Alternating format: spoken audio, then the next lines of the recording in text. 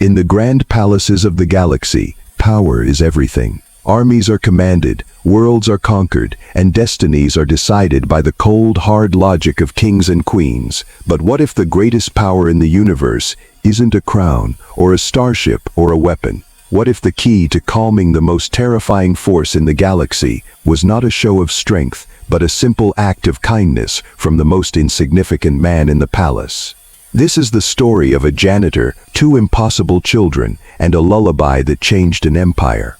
The grand palace of Xylos breathed around Leo. It was a living, breathing entity of crystal and light, a testament to an empire so ancient its history was measured in geological epochs. But for Leo, it was just a place of quiet, unending work. As a janitor on the night shift, he was a ghost in this magnificent machine, a silent witness to its slumber. His world was the soft, rhythmic swish of his electro-broom across the polished obsidian floors, the faint scent of ozone from the ion scrubbers, and the profound, star-dusted silence of the royal corridors after midnight. He was an invisible man in a palace of unforgettable beings. His life hadn't always been a study in silence. There were echoes of another life, a life on a vibrant, noisy earth where he had been a teacher, his days filled with the chaotic, beautiful sound of children's laughter.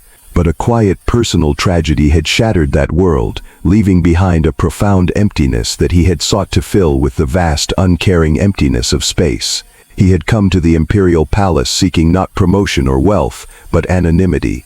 He wanted a simple, predictable existence, a life measured in clean floors and completed shifts. Here, amidst the grandeur and the power, he was simply the human janitor, a curiosity to some, and completely invisible to most. He preferred it that way. The silence was a balm, a shield against the memories that still haunted his dreams. He found a quiet, meditative rhythm in his work. He didn't just clean, he cared. He would notice a flickering light panel in a forgotten hallway and log it for the maintenance droids. He would find a lost child's toy, a small, multifaceted crystal, and place it gently on a guard post where it might be found. These were the small, unseen acts that defined his existence, a quiet rebellion of care in a world of cold, hierarchical duty.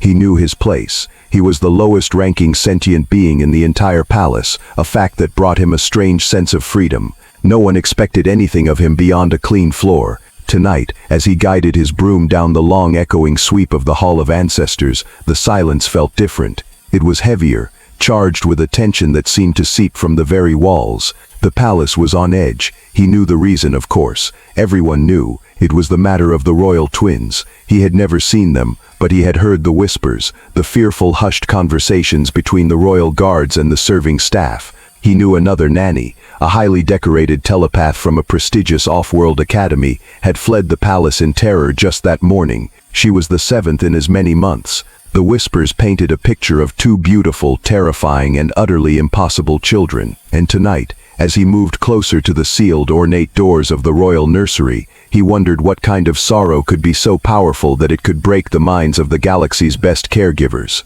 The legend of the royal twins was the most whispered and most feared topic in the grand palace of Xylos. They were phantoms, spoken of in hushed tones in the kitchens and the barracks, their story a chilling cautionary tale for new recruits. Leo had never laid eyes on them, but he knew their reputation intimately. He had seen the aftermath. He had seen a distinguished, cybernetically enhanced nanny from the Rigel system, a specialist in xenopediatrics, sprint shrieking down the royal corridor, her face a mask of pure, unadulterated terror, leaving a trail of sparking, short-circuited cybernetics in her wake. He had cleaned the strange, crystalline frost that had inexplicably coated the walls of the nursery after another nanny had fled, a frost that hummed with a low, mournful energy. The stories were as varied as they were terrifying. The twins, Prince Kale and Princess Lyra, were said to be cursed, or perhaps blessed, with a power that no one understood. The kitchen staff whispered that they could make food rot with a single angry glance. The guards spoke of toys levitating in the air, forming complex, impossible geometric patterns before exploding into dust. The diplomats, in their rare unguarded moments, spoke of a psychic dissonance, an uncontrollable emotional broadcast that could induce vertigo, nausea, and profound existential dread in anyone who came too close. They were, as one terrified gardener had put it, little monsters wrapped in silk and starlight. No one, Not the most patient caregivers, not the most advanced calming droids, not even their own mother, the Empress, could soothe them. This morning, the chaos had been worse than usual. A Xylosian nanny, a being known for her species' unshakable calm and empathic abilities, had been the latest casualty. She hadn't even screamed. She had simply walked out of the nursery, her multifaceted eyes completely blank, and had continued walking until she had stepped into one of the palace's decorative fountains, where she stood catatonic until the guards had gently led her away. The palace was on high alert. The Empress was furious, not at the children, but at the universe, at the endless parade of experts who promised solutions and delivered only failure. Leo felt a pang of sympathy, not for the Empress, but for the two small, misunderstood beings who were the source of so much fear. He couldn't imagine a lonelier existence. He kept his head down, focusing on the familiar, rhythmic swish of his broom, a sound that had become the soundtrack to his quiet, invisible life. He cleaned the corridor that led to the royal nursery last, as he always did. It was the quietest part of the palace, a place no one willingly lingered. But tonight, as he approached the great ornate doors, the silence was different. It wasn't the usual heavy, expectant silence that preceded a storm. It was the silence after the storm. He could feel it, a profound, gut-wrenching sadness that seemed to seep through the thick carved doors. And beneath that sadness, almost too quiet to hear, was another sound. It was not a roar of psychic power or the crash of levitating objects. It was the simple, heartbreaking, and utterly universal sound of two small children, crying their hearts out in the dark. The sound was a soft, almost melodic counterpoint to the palace's deep, humming silence. It was a sound of pure, undiluted sorrow, a harmony of two small voices intertwined in a shared grief. It was not the angry, frustrated cry of a tantrum, but the deep, wounded sob of a profound and inconsolable loneliness. All the stories, all the fearful whispers of psychic monsters and uncontrollable power, evaporated from Leo's mind. In that moment, through the thick carved wood of the nursery door, he didn't hear a threat. He heard a tragedy. He heard two children who were in pain. His own past, the one he had tried so hard to bury, stirred within him, a faint echoing memory of another child's tears in a quiet, sterile hospital room, a pain he had been powerless to soothe. He found himself moving, not as a janitor, but as the teacher he once was. His feet carried him silently to the nursery door. He knew he shouldn't be there. This corridor was the domain of the Royal Guard, a place where a low-level human janitor had no business lingering. Every rule, every instinct for self-preservation he had cultivated screamed at him to turn around, to walk away, to pretend he hadn't heard anything. But the sound of their weeping was a hook in his heart, a quiet, insistent pull he could not ignore. He leaned his head against the cool, smooth surface of the door, closing his eyes. He tried to imagine what it must be like for them, to be so powerful yet so alone, to have your every emotion manifest as a terrifying, uncontrollable force that pushed everyone away. He raised his hand, his fingers hovering just inches from the door's ornate handle. He could try to go in, he could try to offer comfort, but he had seen what had happened to the others, the experts, the ones who were trained for this. He was just a janitor. What could he possibly do? The image of the last nanny standing catatonic in the fountain flashed in his mind. But then, another image followed. The two small, alien children, huddled together in the darkness, their only company their shared, overwhelming sadness. They weren't monsters. They were just children. Children who had been failed by everyone. In that moment, a choice was made. It wasn't a grand, heroic decision. It was a small, quiet, and deeply human one.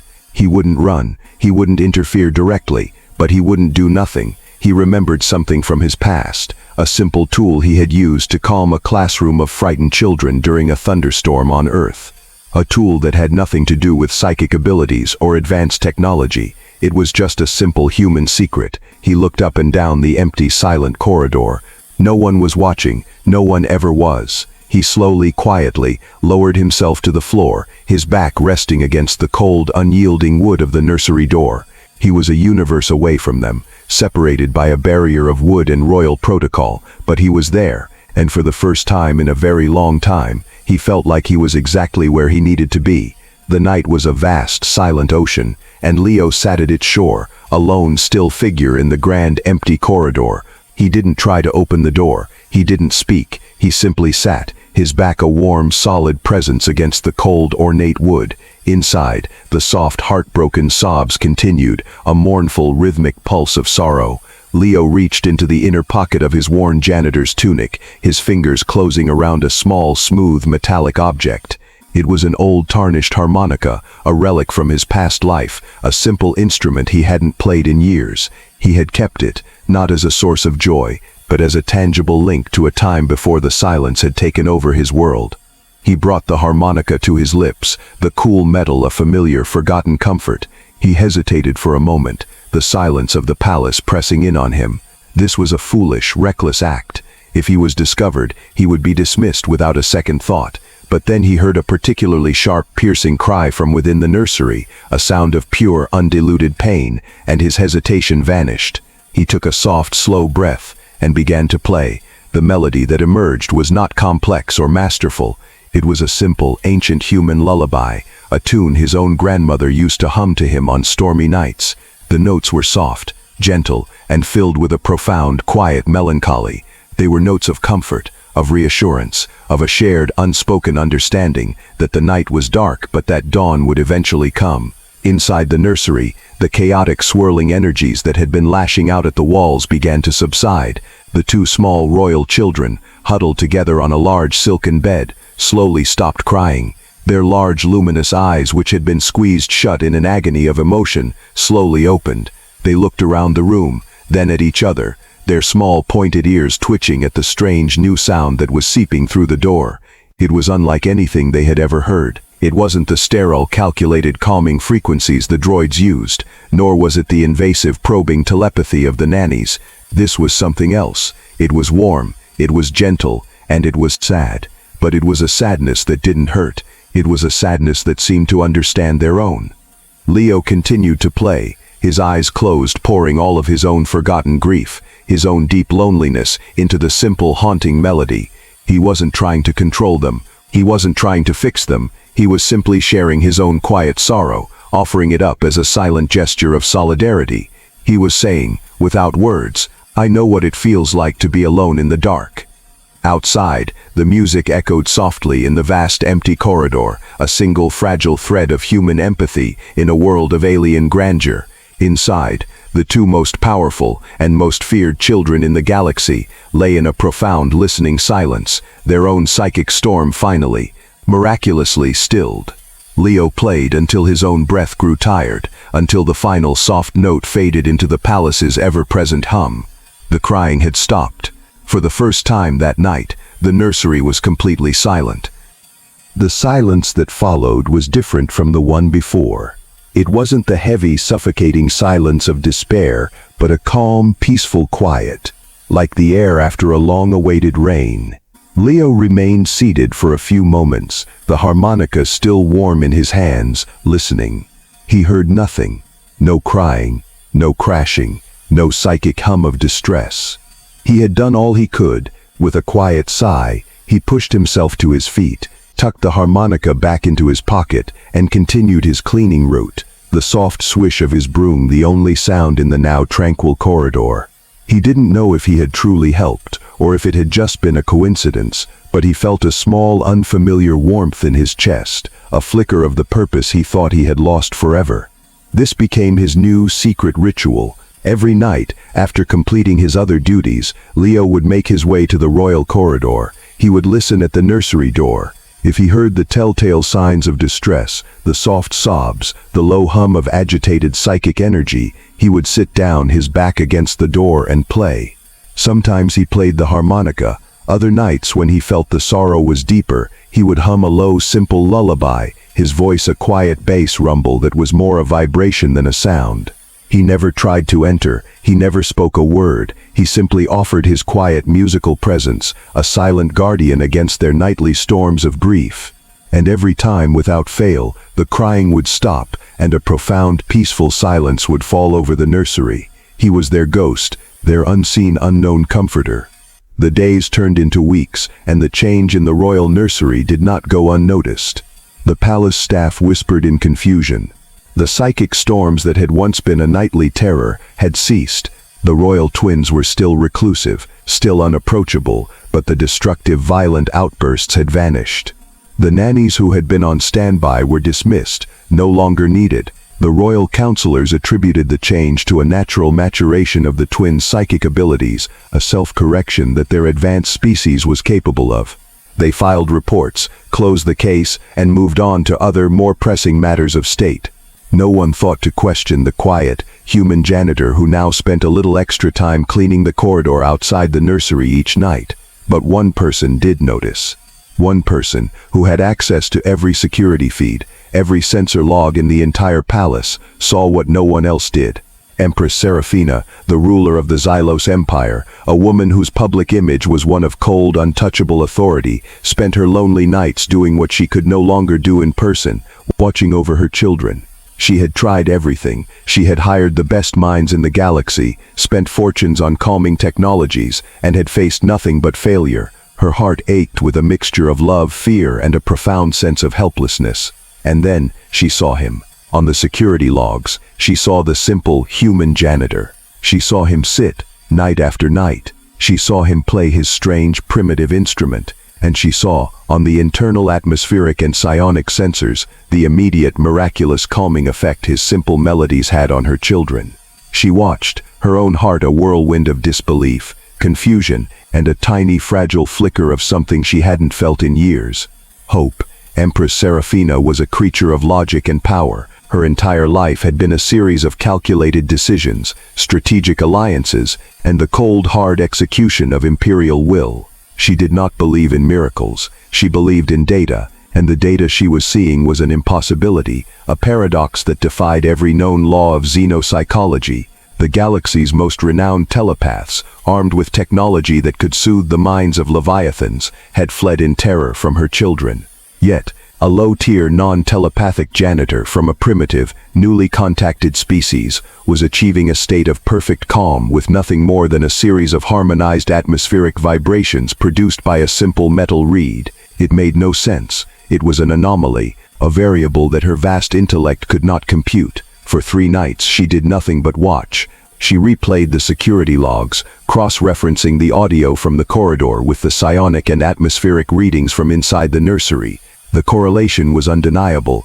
The moment the humans' music began, the chaotic high-frequency psionic waves generated by the twins would begin to stabilize, their jagged peaks softening into gentle rolling hills. The localized drop in ambient temperature that always accompanied their distress would reverse, returning to a comfortable equilibrium. It was a perfect one-to-one relationship. The humans' music was not just a distraction, it was, somehow, a cure. The Empress, a being who commanded fleets and decided the fate of worlds, found herself utterly fascinated by the quiet, unassuming actions of a single, insignificant man. She analyzed his file.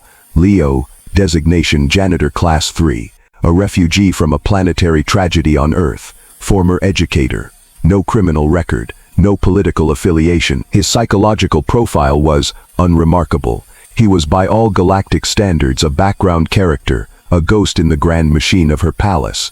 Yet, this ghost was succeeding where kings and scientists had failed. On the 4th night, her curiosity and desperation finally outweighed her royal protocol. She watched the security feed as Leo approached the nursery door, listened for a moment, and then, hearing the faint, familiar sounds of her children's sorrow, sat down in his usual spot. He brought the harmonica to his lips. But before he could play the first note, a soft electronic chime echoed in the corridor. The ornate door to the royal nursery hissed open. Leo froze, the harmonica halfway to his mouth, his heart leaping into his throat. He was caught. He expected the Imperial Guard. He expected to be arrested, interrogated, and likely exiled from the system for his unimaginable presumption. Instead, Empress Seraphina stood in the doorway, her tall, regal form silhouetted against the soft light of the nursery. She was not wearing her crown or her ceremonial robes, but a simple, dark gown. Her expression was not one of anger, but of a deep, profound, and almost clinical curiosity. Her voice, when she spoke, was not the booming command of an empress, but a quiet, almost hesitant question, translated through a small, unseen device. "What is that?" she asked, her gaze fixed on the small metallic harmonica in his hand. Leo, utterly speechless, simply stared back at the most powerful woman in the galaxy, his secret ritual now exposed under her intense, analytical gaze. Leo's mind went completely blank. He was kneeling on the cold, polished floor of the royal corridor, a half-raised harmonica in his hand, staring up at the Empress of the Xylos Empire. Seconds stretched into an eternity. His training, the ingrained deference of a low-tier worker, screamed at him to bow, to apologize, to explain, but his throat was dry, and his thoughts were a chaotic jumble. The Empress, for her part, simply waited, her patience a testament to her absolute authority. She did not need to command, the universe simply arranged itself around her will.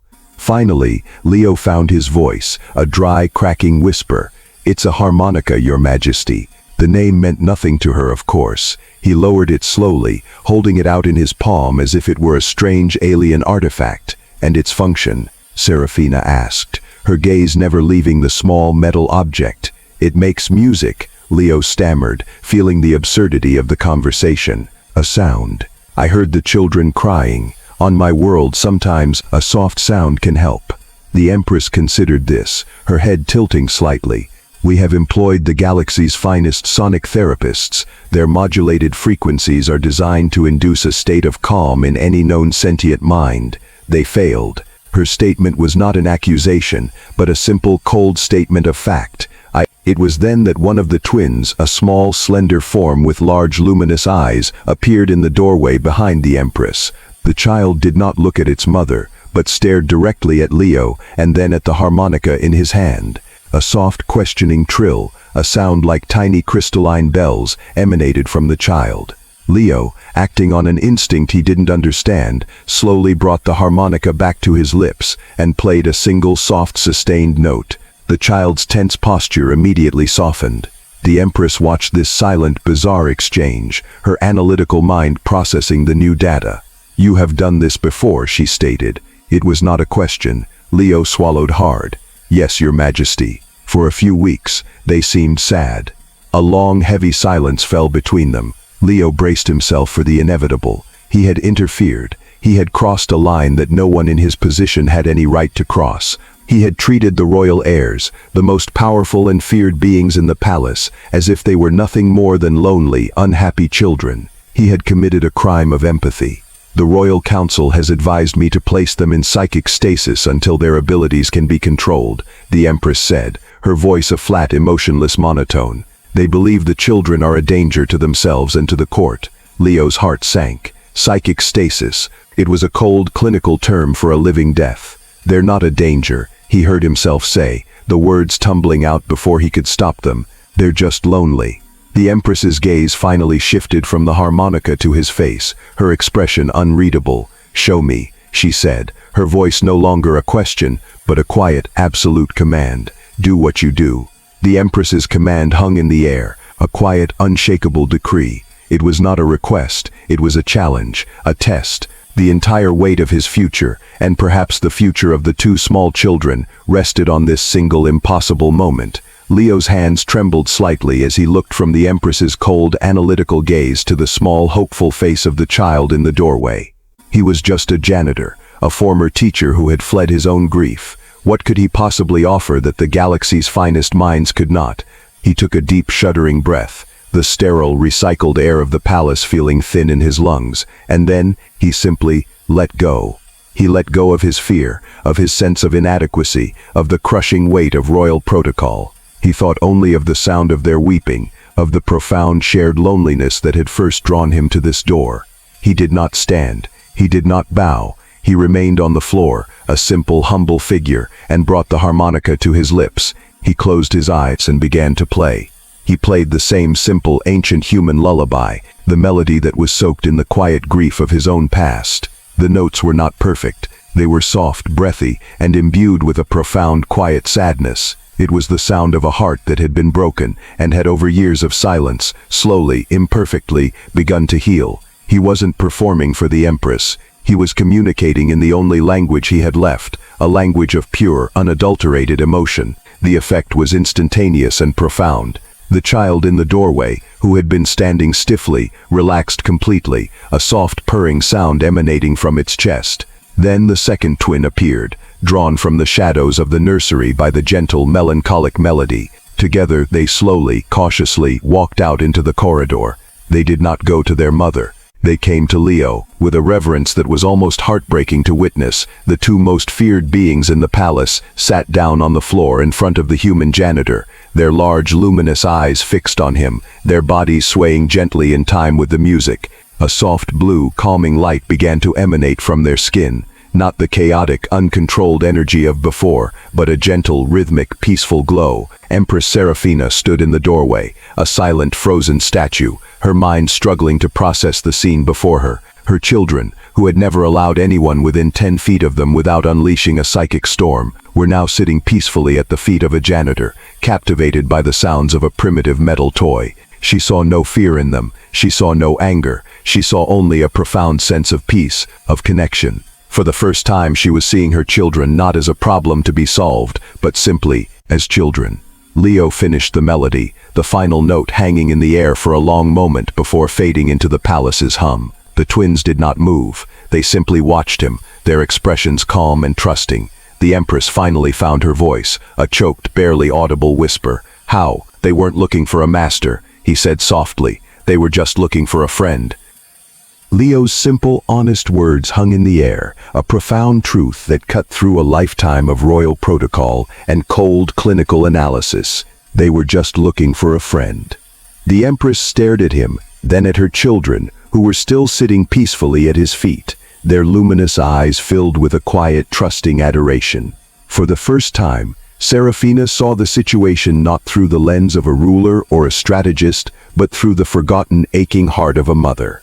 She had given her children everything, the finest tutors, the most advanced technologies, the safest environment in the galaxy, everything except the one thing they truly needed, a simple, unconditional connection. She had been so focused on controlling their power, on managing the problem they represented, that she had forgotten to see the lonely, frightened children beneath. This human, this simple janitor with his sad, quiet music, had not tried to control them. He had simply sat with them in their darkness. He had offered his presence, his empathy, and in doing so he had achieved what the combined might and wisdom of her empire could not. He had calmed the storm. The realization was both humiliating and deeply, profoundly humbling. With a grace that was entirely her own, the Empress slowly, deliberately lowered herself to the floor. The guards who had materialized silently in the corridor at the sight of their Empress in such a vulnerable position gasped, but a single, almost imperceptible gesture from her froze them in place. She sat there, on the cold, polished obsidian, just a few feet from Leo and her children. She was no longer the Empress of the Xylos Empire. She was just a mother, trying to find her way back to her own family. She looked at Leo, her expression a complex mixture of awe, confusion, and a deep emerging respect. "Teach me," she said, her voice a soft, quiet plea. Leo, startled by the request, looked from the Empress to the twins, then back again. "Teach you what, Your Majesty?" he asked, his voice barely a whisper. "This music," she said, gesturing to the harmonica he still held. "This connection." Leo understood. She wasn't just asking about the instrument. She was asking how to bridge the vast, silent chasm that had grown between her and her own children. He didn't have a grand philosophical answer. He only had the simple truth of his own experience. "You don't need to learn the music," he said softly. "You just need to be willing to sit on the floor." He offered the harmonica to her. After a moment of hesitation, the most powerful woman in the galaxy took the simple, tarnished instrument from the hand of her janitor. It was an act of surrender, of trust, and the beginning of a new, impossible alliance forged not in a treaty room, but in a silent, empty corridor in the middle of the night. The weeks that followed were a surreal, quiet revolution within the heart of the Grand Palace. By official decree, Leo, the janitor Class 3, was reassigned. His new title, a source of endless confusion and whispered gossip among the court, was Royal Play Therapist and Musical Consultant. His duties were simple. He was to spend his nights in the royal nursery. He was not to train the twins, not to study them, and certainly not to control them. His only task was to be with them, to play his music, to share his quiet, gentle presence, and to teach the Empress how to do the same. The first few sessions were awkward. The Empress, a being accustomed to commanding fleets and shaping galactic policy, found herself sitting cross-legged on the nursery floor, struggling to produce a single clear note from the simple human instrument. The twins would watch her with a curious, detached air, their psychic energies still calm, but not yet connected to her. Leo acted as the quiet, patient bridge between them. He didn't give orders, he simply created an environment of peace. He would show the Empress how to hold the harmonica, how to breathe into it not with force, but with a gentle, steady sigh. Then he would play his own melody, and the twins would turn their attention to him, their soft blue light pulsing in time with the music. Slowly, almost imperceptibly, a change began to occur. The Empress stopped trying to master the instrument and started to simply listen. She listened not just to Leo's music, but to the silence that followed. She watched her children, not as dangerous sources of power, but as two small separate beings with their own quiet personalities. She noticed for the first time how Kale's light would pulse a little faster when he was curious, and how Lyra would hum a soft, almost inaudible counter-melody when Leo played his lullaby. These were tiny, intimate details that her royal tutors and psychic analysts had never seen, because they had been looking for a problem, not for a person.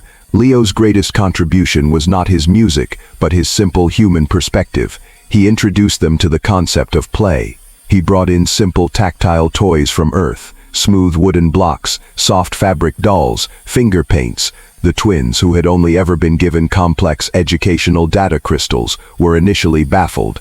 They would levitate the blocks, trying to arrange them into complex floating geometric patterns. Leo would gently, without a word, take the blocks and simply stack them one on top of the other until they fell, then laugh. The first time he did this, the twins stared at him in confusion. But when he did it again, a strange new sound filled the nursery. It was a soft, melodic trill, the Xylosian equivalent of a child's giggle. It was the first time the Empress had ever heard her children laugh. In that moment, the last wall of her Imperial detachment crumbled, and she simply became a mother, watching her children discover the simple, profound joy of being a child. The sound of her children's laughter was a key unlocking a part of Empress Seraphina she had thought long dead. The weeks turned into months, and the royal nursery, once the most feared and isolated section of the palace, became its heart.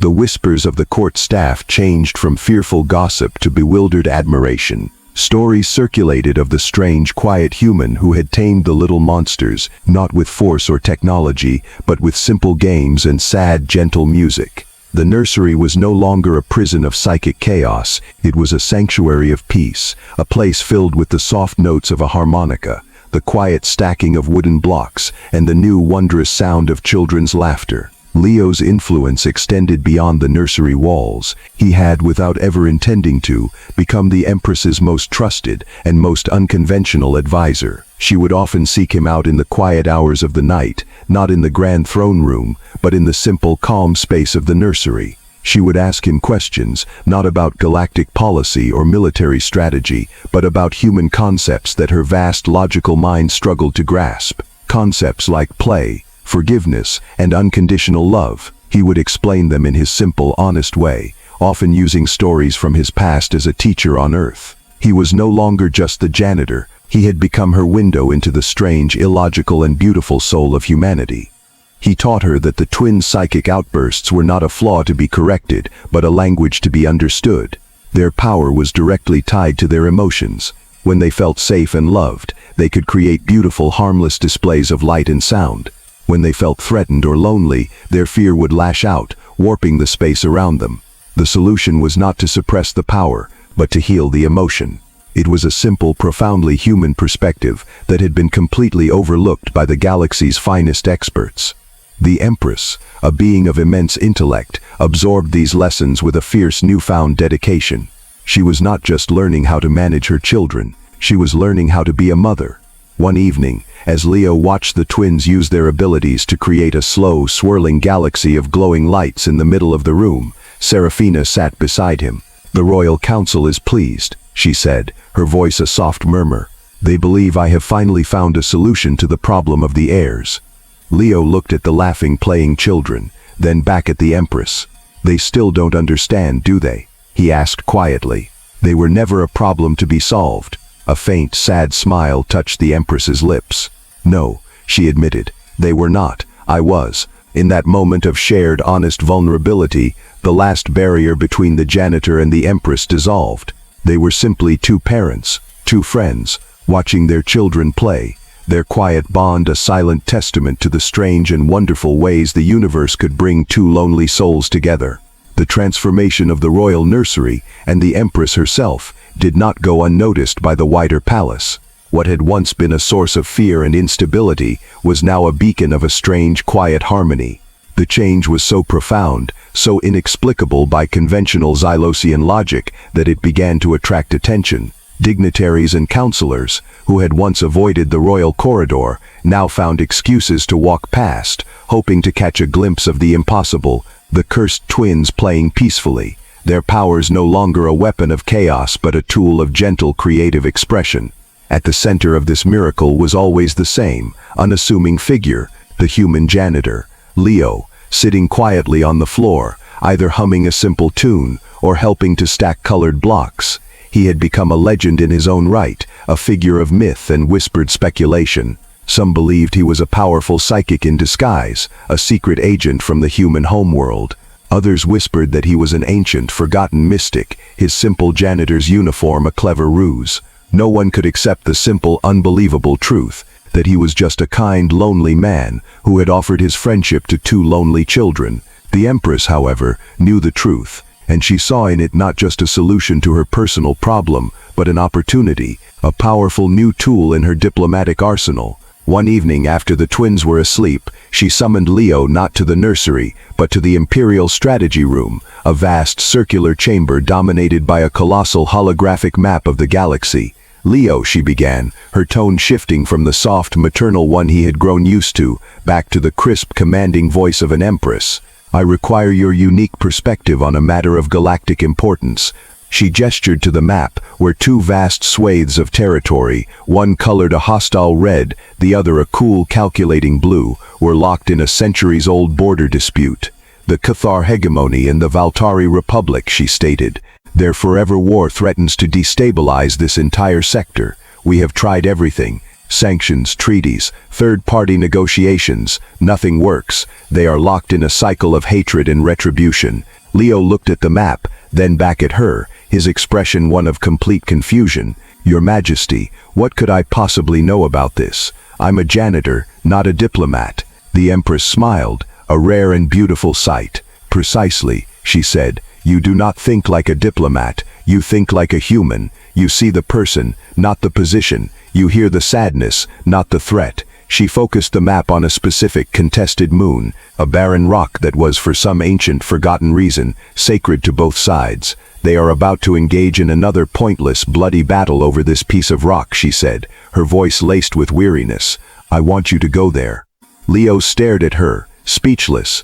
"Go there, and do what? Clean their floors?" For the first time, a genuine melodic laugh escaped the Empress. "No, Leo," she said, her silver eyes shining with a brilliant, audacious idea. "I want you to go there and teach them how to play." The idea was insane. It was a diplomatic gambit so far outside the established rules of galactic negotiation that it bordered on madness. But it was a madness born of a new human-inspired wisdom.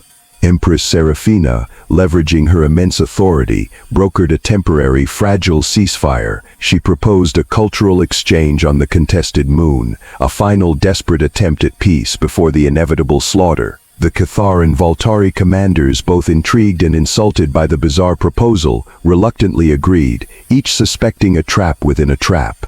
Leo arrived on the barren, windswept moon, not with a diplomatic entourage, but with a simple, unmarked cargo shuttle. He wore his janitor's uniform. His only equipment was a crate of simple wooden blocks, a set of brightly colored paints, and his old tarnished harmonica. The two opposing armies, hulking Cathar warriors in black armor and sleek, elegant Valtari soldiers in silver, watched from their fortified positions as the lone human set up a small, unassuming camp in the exact center of the desolate no-man's land between them. He did not raise a flag, he did not make a speech, he simply sat down and in the profound, tense silence began to build a simple, colorful tower with his blocks. For 2 days he did nothing else. He built his towers and the wind knocked them down. He hummed his sad, gentle lullabies to the empty gray sky. The soldiers from both sides watched him, their initial suspicion turning to utter, complete bewilderment. They had been prepared for a trick, a secret weapon, a diplomatic masterstroke. They were not prepared for a man who simply played. On the third day, a small, curious Cathar child, the daughter of one of the commanders, wandered out from the trenches towards him. Before the guards could react, she sat down and tentatively placed one block on top of his tower. Soon, a Voltari child followed.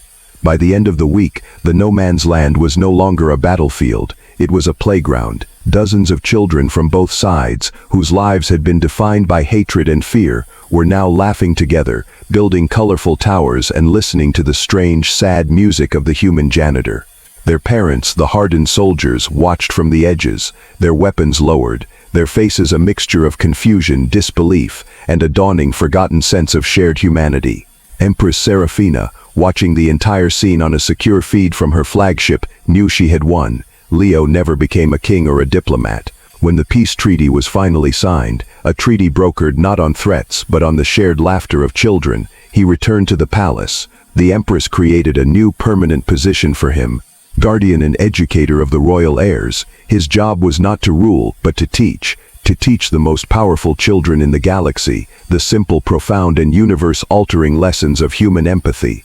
And so the janitor, who had once fled his own grief, found his true calling. He did not command armies or rule empires. He did something far more important. He taught the children of the stars how to play. And in doing so, he gave the galaxy a gift it had long forgotten, the hope of a lasting and truly meaningful peace. The security footage was a paradox, a digital ghost that haunted the Empress's private chambers. On one screen, she saw the galaxy's most renowned child psychologists, their faces masks of strained concentration, attempting to breach the psychic maelstrom of the nursery, only to recoil in terror or collapse into a catatonic state. On another, she saw a simple human janitor, his back against a door, his eyes closed, producing a series of gentle, melancholic tones from a primitive metal instrument. And on a third screen, a cascade of data confirmed the impossible. The moment the human's music began, the chaotic, high-frequency psionic waves generated by the twins would stabilize, their jagged, violent peaks softening into the gentle, rolling hills of a mind at peace. The localized drop in ambient temperature that always accompanied their distress would reverse, returning to a comfortable equilibrium. For 3 nights, Serafina did nothing but watch, her vast analytical mind trying to deconstruct the anomaly. The correlation was undeniable, a perfect one-to-one relationship. The human's music was not just a distraction, it was somehow a cure. She cross-referenced his species profile. Humans, a newly contacted non-telepathic carbon-based species, high emotional volatility, strong tribal and familial bonds, prone to irrational acts of both extreme violence and extreme altruism. There was nothing in the data that could explain his effect on her children. He was an outlier, a statistical impossibility, and the Empress, a being who commanded fleets and decided the fate of worlds, found herself utterly, completely fascinated by the quiet, unassuming actions of a single insignificant man. She analyzed his personal file, Leo designation, Janitor Class 3, a refugee from a planetary tragedy on Earth, former educator, no criminal record, no political affiliations. His psychological profile was unremarkable. He was by all galactic standards a background character, a ghost in the grand machine of her palace. Yet, this ghost was succeeding where kings and scientists had failed. On the 4th night, her curiosity and desperation finally outweighed her royal protocol. She watched the main security feed as Leo approached the nursery door, listened for a moment, and then, hearing the faint familiar sounds of her children's sorrow, sat down in his usual spot. He brought the small metal object to his lips, but before he could play the first note, a soft electronic chime echoed in the corridor. The ornate door to the royal nursery hissed open. Leo froze, the harmonica halfway to his mouth, his heart leaping into his throat. He was caught. He expected the Imperial Guard. He expected to be arrested, interrogated, and likely exiled from the system for his unimaginable presumption. Instead, he saw her. Empress Serafina stood in the doorway, her tall, regal form silhouetted against the soft, warm light of the nursery. She was not wearing her crown or her ceremonial robes, but a simple, dark, flowing gown. Her expression was not one of anger, but of a deep, profound, and almost clinical curiosity. Her voice, when she spoke, was not the booming, amplified command of an empress, but a quiet, almost hesitant question, translated through a small, unseen device. "What is that?" she asked, her gaze fixed on the small, metallic harmonica in his hand. Leo, utterly speechless, simply stared back at the most powerful woman in the galaxy, his secret nightly ritual now exposed under her intense analytical gaze. If you believe that the greatest solutions are often the simplest ones, and that a little bit of human kindness can change the universe, then you've found your home here at Galaxy HFY. Subscribe for more epic stories, where the underdog hero saves the day in the most unexpected way, and don't forget to like this video if you think the galaxy could use a few more teachers and a lot more playgrounds. Let us know in the comments, what simple human game do you think could end a galactic war? Until the next story, stay kind.